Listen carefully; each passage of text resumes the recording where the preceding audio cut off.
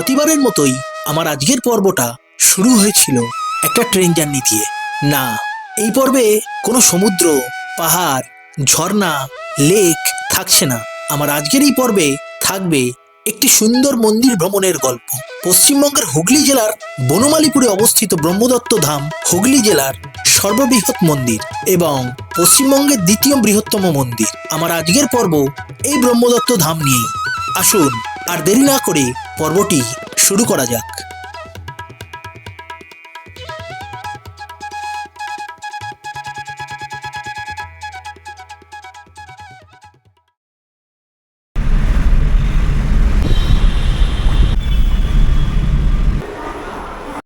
পঁচিশে নভেম্বর 2024, এখন টাইম হয়েছে 1:07 আর আমি এই মুহূর্তে এসে পৌঁছালাম হাওড়া স্টেশনে।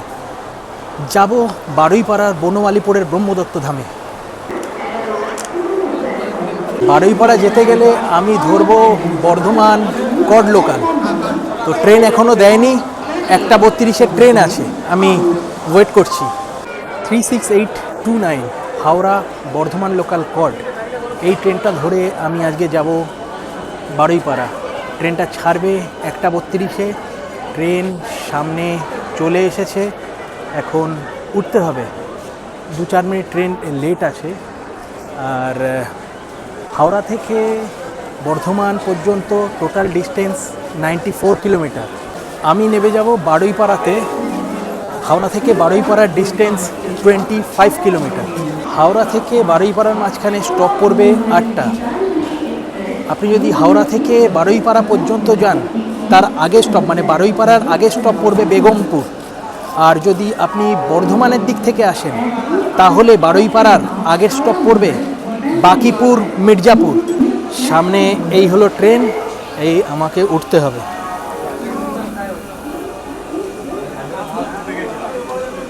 হাওড়া থেকে বর্ধমান কড তার নির্ধারিত সময় থেকে 4 মিনিট লেটে ছেড়ে দিল হাওড়া স্টেশন থেকে।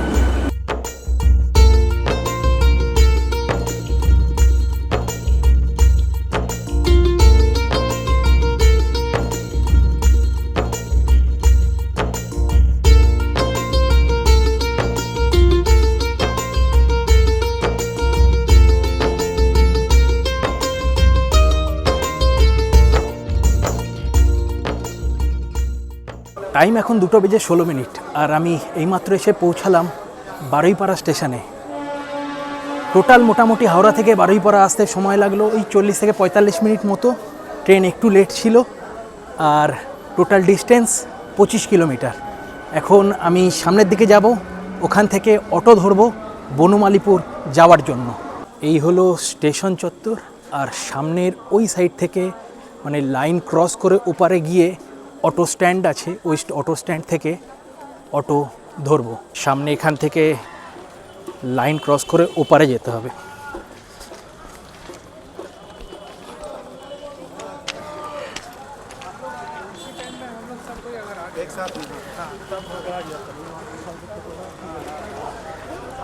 আর এই হলো সামনে অটো স্ট্যান্ড। এখান থেকে বনমালীপুর যাবে। বনমালীপুর যাবে নাকি?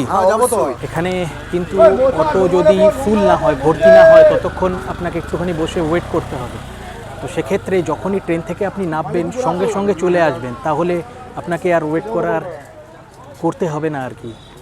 আর যদি একটু লেট করেন, সব অটোগুলো যদি বেরিয়ে যায়, তাহলে আপনাকে অটো যতক্ষণ না ভর্তি হবে ততক্ষণ ওয়েট করতে হবে। এইটুকুনি একটু মাথায় রাখবেন।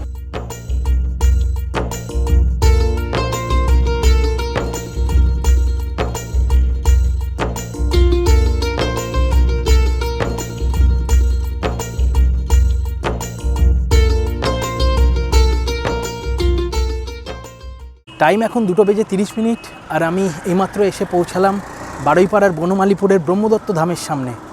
আমি রাস্তার এপারে আমাকে অটো দাঁড় করিয়ে দিল, মানে থামিয়ে দিল। বারুইপাড়া থেকে আর এই বনমালীপুর আসতে টোটাল ডিস্টেন্স 4 কিলোমিটার। সময় লাগলো ওই 10 মিনিট মতো। আমাকে এবার রাস্তা ক্রস করে ওপারে যেতে হবে। এই রাস্তা যখনই ক্রস করবেন, তখনই আপনারা দেখতে পাবেন সামনে ব্রহ্মদত্ত ধাম এর একটা সাইনবোর্ড। এই সাইনবোর্ড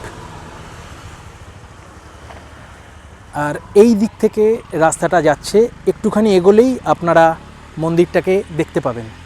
এই ব্রহ্মদত্ত ধাম হুগলি জেলার প্রথম বৃহত্তম মন্দির হিসাবে গণ্য করা হয়, আর পশ্চিমবঙ্গের দ্বিতীয় বৃহত্তম মন্দির হিসাবে গণ্য করা হয়। পশ্চিমবঙ্গের প্রথম বৃহত্তম মন্দির আপনারা সবাই জানেন, মায়াপুরের ইস্কন মন্দির। আমি আমার ব্লগে, অন্য কোনো একটা ব্লগে আমি আপনাদের অবশ্যই সেই জায়গায়ও ঘুরিয়ে দেখাবো। সামনে দুপাশে এইরকম গাছ লাগানো, আর মাঝখান দিয়ে এই রকম রাস্তা ব্রহ্মদত্ত ধামে যাওয়ার জন্য। এই দিকে চাষের ক্ষেত্র, আর ওই সামনে আমি দেখতে পাচ্ছি, ক্যামেরায় আসছে কিনা জানি না, ওই সামনেই হচ্ছে মন্দির। একটু এগিয়ে আসলেই আপনারা দেখতে পাবেন সামনে ধান চাষ হয়েছে, আর তার পাশেই হচ্ছে ওই যে ব্রহ্মদত্ত ধাম। আর ব্রহ্মদত্ত ধামের সামনেই এইরকম একটা চওড়া রাস্তা আছে। আপনারা যদি কেউ গাড়ি বা মোটর সাইকেল নিয়ে আসেন তাহলে এই দিকে পার্ক করতে পারবেন। আর এদিকেই বিভিন্ন স্টল আছে, স্টলগুলো এখন বসেনি, একখানে স্টল খোলা আছে। আর মন্দিরটা যেহেতু বেশি দিন হয়নি, সেই কারণের জন্য এখনও মন্দিরের কাজকর্ম ভেতরে চলছে। ওদিকে আমি দেখছি রং হচ্ছে মন্দিরের। এখন টাইম হয়েছে 2:40, আর আমি এখন মন্দিরের বাইরে দাঁড়িয়ে আছি। তার কারণ হচ্ছে মন্দিরটা খুলবে হচ্ছে 3টের সময়। আজকে যেহেতু সোমবার আমি এসেছি, সেই কারণের জন্য 3টের সময় মন্দিরটা খুলবে। যদি বৃহস্পতিবার দিন আসতাম তাহলে মন্দিরটা আমি খোলা পেতাম। আমি মন্দিরের একটু টাইমিংটা আপনাদের একটুখানি জানিয়ে দিচ্ছি। এই মন্দিরটা সোম থেকে বুধ, বৃহস্পতিবার বাদ দিয়ে আবার শুক্র থেকে রবি প্রত্যেক দিন সকাল 8টা থেকে খোলা হয়, আর 1টার সময় বন্ধ করে দেওয়া হয়। আবার 3টে থেকে খোলা হয়, রাত 8টার সময় বন্ধ করে দেওয়া হয়। বৃহস্পতিবারে একটু নিয়মটা একটু অন্যরকম। বৃহস্পতিবারে এই মন্দিরটা সকাল 8টার সময় খোলা হয়, আর 9:30টার সময় বন্ধ করা হয়। আর ওই বৃহস্পতিবারই এই মন্দিরে বিনামূল্যে অন্নভোগ খাওয়ানো হয়। প্রায় 4-4.5 হাজার মানুষ এখানে এসে অন্নভোগ খাওয়া দাওয়া করে। আপনারা যদি আসেন সেই সময় আসবেন, আর এই অন্নভোগ খেয়ে যাবেন। অসাধারণ খেতে এই অন্নভোগ। আজকে যেহেতু সোমবার আমি আপনাদের দেখাতে পারবো না। আর বৃহস্পতিবার দিন এই মন্দিরে 4বার আরতি করা হয়। প্রথম হচ্ছে সকাল 8টার সময়, তারপরে 1:30টার সময় একবার আরতি হয়, তারপরে আরতি করে খাওয়ানো দাওয়ানো হয়। তারপরে সন্ধ্যে 7টার সময় একবার আরতি হয়, তারপরে রাত 9:30টার সময় আরতি হয়ে বন্ধ করা হয়। আর এই মন্দিরে আপনার পালকি পরিক্রমাও করা হয়। সুতরাং আপনারা যারা আসবেন ওই সময়টা আসলে এই সব কিছু একেবারে দেখে যেতে পারবেন। সপ্তাহের বাকি দিনগুলোতে সকাল 8টার সময় একবার আরতি হয়, আর সন্ধ্যে 7টার সময় একবার আরতি হয়। আমার পেছনে যে স্টলগুলোকে দেখতে পাচ্ছেন, সেই স্টলগুলো আমি শুনলাম 3টের পর থেকে আবার খোলা হবে। মানে সকালবেলা একবার খোলা হয়েছিল, 1টার সময় বন্ধ করে দেওয়া হয়েছিল, আবার 3টে থেকে খোলা হবে, রাত 8টা পর্যন্ত স্টলগুলো খোলা থাকবে।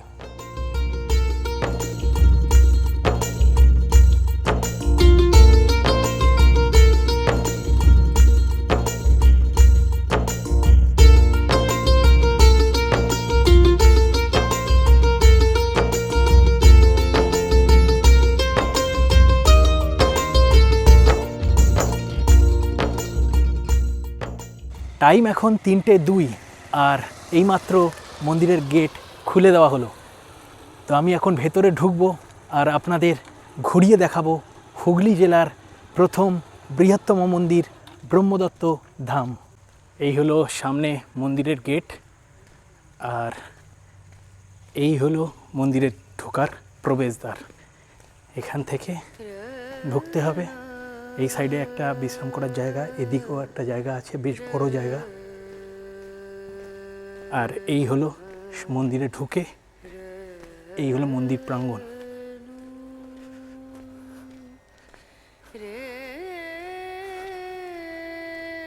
এই সামনে হচ্ছে মন্দিরে ঢোকার গেট, যে গেটটা দিয়ে আমি ঢুকলাম।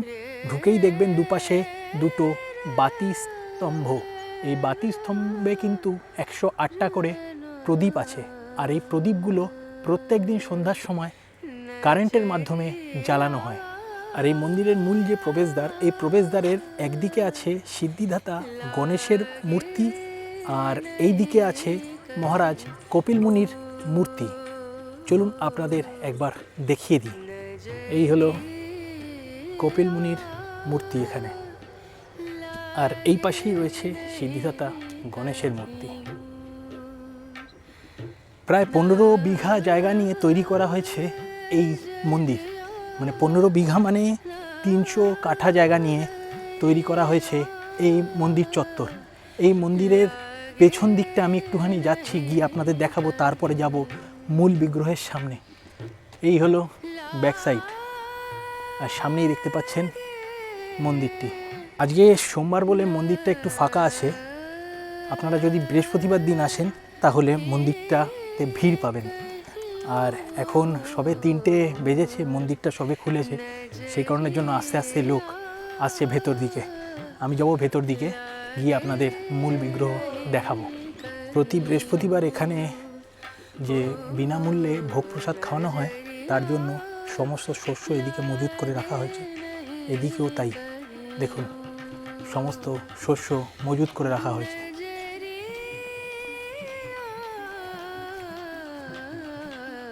এই মন্দিরের ভেতরে কিন্তু ব্রহ্মা, বিষ্ণু, মহেশ্বরের একই দেহে বিরাজমানের মূর্তি আছে।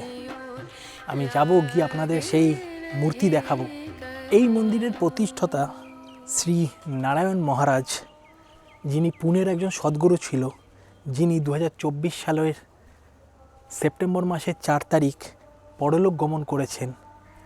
তার মূল মন্ত্র ছিল মানুষের মধ্যে মানবতা জাগ্রত করা, মানুষের মধ্যে মানুষের জায়গা করে দেওয়া। আর সেই জন্যই তিনি ভারতবর্ষের 4 দিকে 4টে ধাম নির্মাণ করেছেন। তার মধ্যে এই একটা ধাম ব্রহ্মদত্ত ধাম। শ্রী নারায়ণ মহারাজ যে 4টে ধাম নির্মাণ করেছিলেন, তার মধ্যে প্রথমটা হলো মধ্যপ্রদেশে অবস্থিত শিবদত্ত ধাম, দ্বিতীয়টা হলো কন্যাকুমারীতে অবস্থিত অনুসুয়া দত্ত ধাম, তৃতীয়টা কলকাতায় অবস্থিত ব্রহ্মদত্ত ধাম, আর চতুর্থটা অত্রি দত্ত ধাম, যেটা অবস্থিত হিমাচল প্রদেশে। নারায়ণ মহারাজ কিন্তু বাইরে যে মন্দিরটা দেখালাম কপিল মুনির মন্দির, সেই কপিল মুনি হচ্ছে এনার এই নারায়ণ মহারাজের মামা হন, সেটা আমি ভেতর থেকে জানতে পারলাম।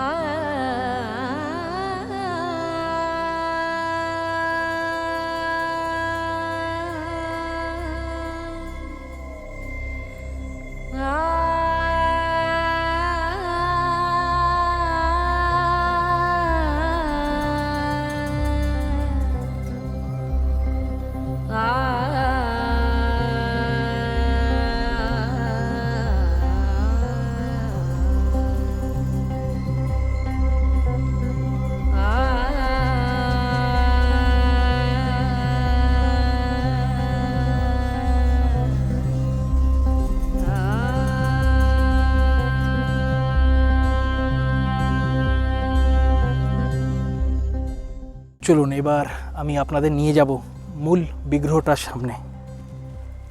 এই হলো প্রবেশদ্বার, মূল দরজা। দেখুন কত সুন্দরভাবে করেছে দরজা। सहाय करे तब कौन बिगाड़ करे नर तेरो, कौन बिगाड़ करे नर तेरो। আর এই হলো ভেতরের পরিবেশ, খুব শান্ত একটা পরিবেশ। আমি আসতে বলছি, আর সামনে আছে নারায়ণ মহারাজ, একটু আগে যার কথা বলছিলাম তার ফটো, আর এই পাশেই আছে ব্রহ্মা, বিষ্ণু, মহেশ্বরের একই দেহে মূর্তি। আমি সামনে গিয়ে আপনাদের দেখাবো।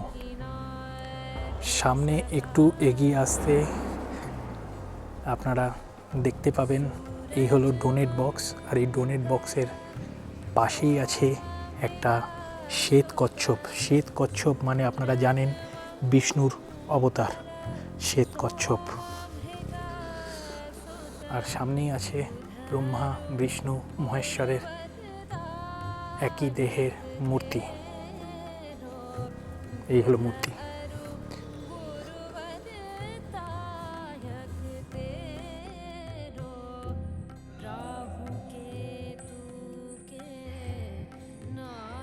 নমস্কার, আমি বনমালীপুর দত্তধাম থেকে বলছি।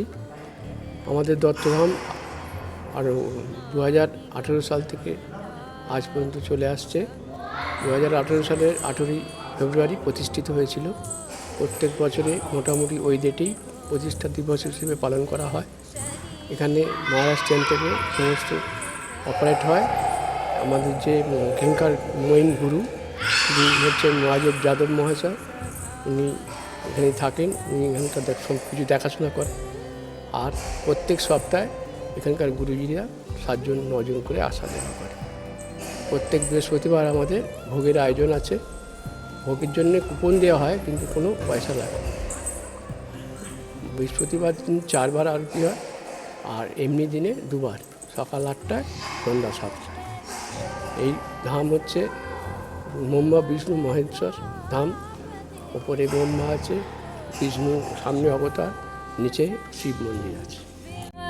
द्रौपदी चिर उतार कुमंतर प्रेरो चिर उतार कुमंतर प्रेरो जाकी सहाय करे करुणानिधि जाकी सहाय करे करुणानिधि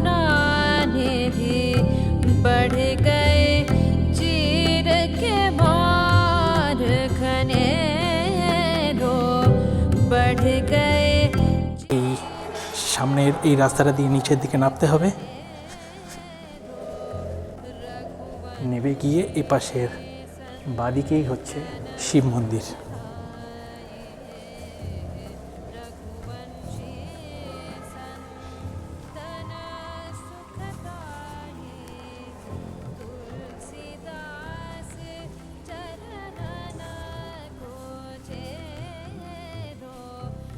এই হলো শিব মন্দির।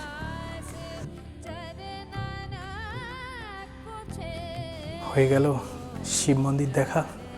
এবার আবার ওপর দিকে উঠে যাব।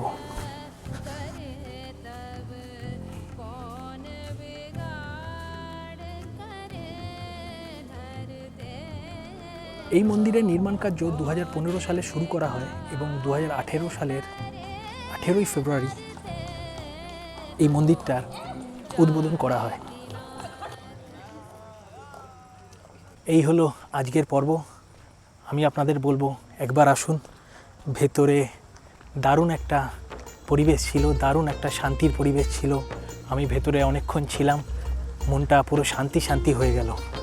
আপনারা ঘুরুন, বেড়ান, সমুদ্রে যান, পাহাড়ে যান, সব জায়গায় যান, কিন্তু মাঝে মধ্যে এই রকম কিছু মন্দিরে এসে ঘুরে যান, মনটা একদম শান্তি করে যান। আর এই মন্দিরে আসতে গেলে আপনাদের সবথেকে বেস্ট সময় হবে প্রতি সপ্তাহের বৃহস্পতিবার।